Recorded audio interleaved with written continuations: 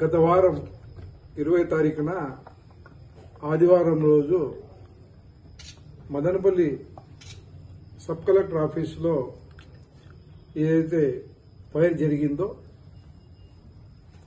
గత వారంగా అన్ని డిపార్ట్మెంట్లు, పోలీస్ డిపార్ట్మెంట్, రెవెన్యూ శాఖ డిపార్ట్మెంట్ అందరూ కూడా అన్ని రకాలుగా ఎంక్వైరీ చేయడం జరిగింది. దీనికి డీజీపీ గారు కూడా వచ్చారు, సిఎస్ గారు కూడా వచ్చారు, అందరూ వచ్చారు. ఏదైతే నేను 2019 నుంచి 24 వరకు శాసనసభ్యుడిగా ఉన్నానో అప్పుడు ఏమన్నా జరిగినాయా అనే ఒక అనుమాన దీనితో ఈరోజు మా ఇల్లు సెర్చ్ చేయడం జరిగింది. మల్లికార్జున గుప్తా సిఐ గారి ఆధ్వర్యంలో దాదాపు 4 గంటల నుంచి 8:30 గంటల వరకు కూడా 4 గంటల వరకు జరగడం జరిగింది. ఎక్కడ కూడా ఏది కూడా దొరకలేదు. అన్ని ఇల్లు తనిఖీ చేయడం జరిగింది, బీరువాలు తనిఖీ చేయడం జరిగింది, మంచాల కింద తనిఖీలు చేయడం జరిగింది. అన్ని రకాలుగా తనిఖీ చేసినారు కూడా వాళ్ళు ఎక్కడ కూడా ఏ ఆధారం కూడా దొరకలేదని చెప్పి మీ శుభాముఖంగా తెలియజేసుకున్నారు.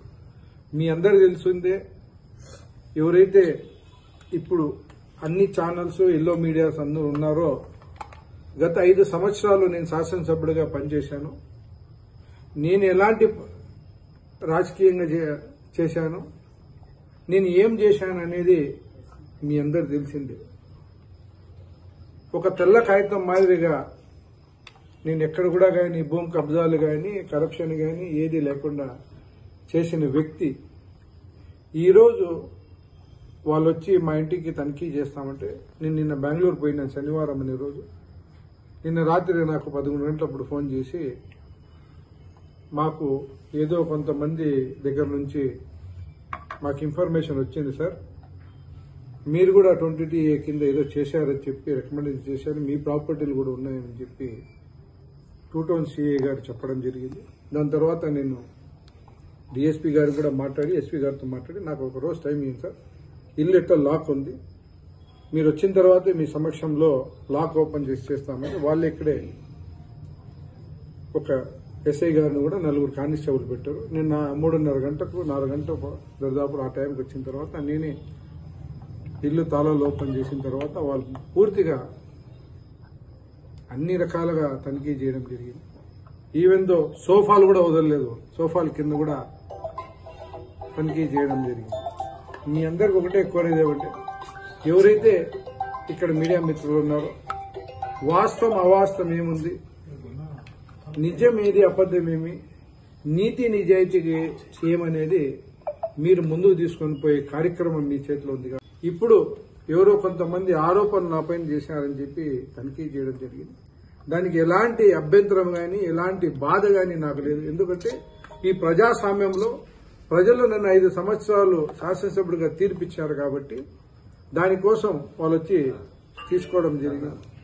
ఖచ్చితంగా నాకు ఎలాంటి అభ్యంతరం లేదు. కాబట్టి మీరందరూ కూడా దయచేసి ఏదైతే ఈ మంచి పరిణామం ప్రజల ముందుకు తీసుకొని పోవాలని చెప్పి నేను అందరికీ, మా అన్నలకు కానీ మా తమ్ముళ్ళు కానీ నేను కోరడం జరుగుతాను. ఎక్కడ కూడా తప్పు చేయని వ్యక్తి నేను. ఎక్కడ కూడా కబ్జాలకు కానీ ఎక్కడ కూడా ఈవెన్ దో ఏ డిపార్ట్మెంట్ వాళ్ళు కూడా అవినీతి కానీ రెవెన్యూ డిపార్ట్మెంట్లో ఏదైనా తప్పు పనులు చేస్తా ఉన్నా కూడా నేను అడ్డుపడి దానికి చేయని వ్యక్తి. కాబట్టి నేను ఈరోజు ప్రజల ముందుకి తలకాయ ఎత్తుకొని తిరిగే విధానంగా నేను శాసనసభ్యుడిగా పనిచేసినాను. కాబట్టి ఆ గర్వం నాలో ఎప్పుడు ఉంటుందని చెప్పి నేను తెలియదు. ప్రజలు తీర్పిచ్చేది మంచి చేసేదానికి, ప్రజాస్వామ్యంలో ఒక శాసనసభ్యుడు ఎన్నుకునేది, ఒక నాయకుడు ఎన్నుకునేదానికి, మంచి చేసేది కానీ దానికోసం కానీ దోచేసి అక్రమాలు చేసేస్తే ఈరోజు నేను కూడా చేసింటే ఖచ్చితంగా నాపైన చర్యలు తీసుకునే కార్యక్రమం ఏ ప్రభుత్వం వచ్చినా కూడా చేయాల్సిన అవసరం ఉంటుంది. కాబట్టి మీ అందరూ కూడా మరొకసారి నేను కోరేది ఏమంటే, మంచి ఏది చెడు ఏది వాస్తవమే అవాస్తవమే అనేది మీరు ప్రజల ముందుకు తీసుకొని పోవాలని చెప్పి తెలియజేసుకుని మీ అందరికీ ధన్యవాదాలు తెలియజేసుకుంటాను.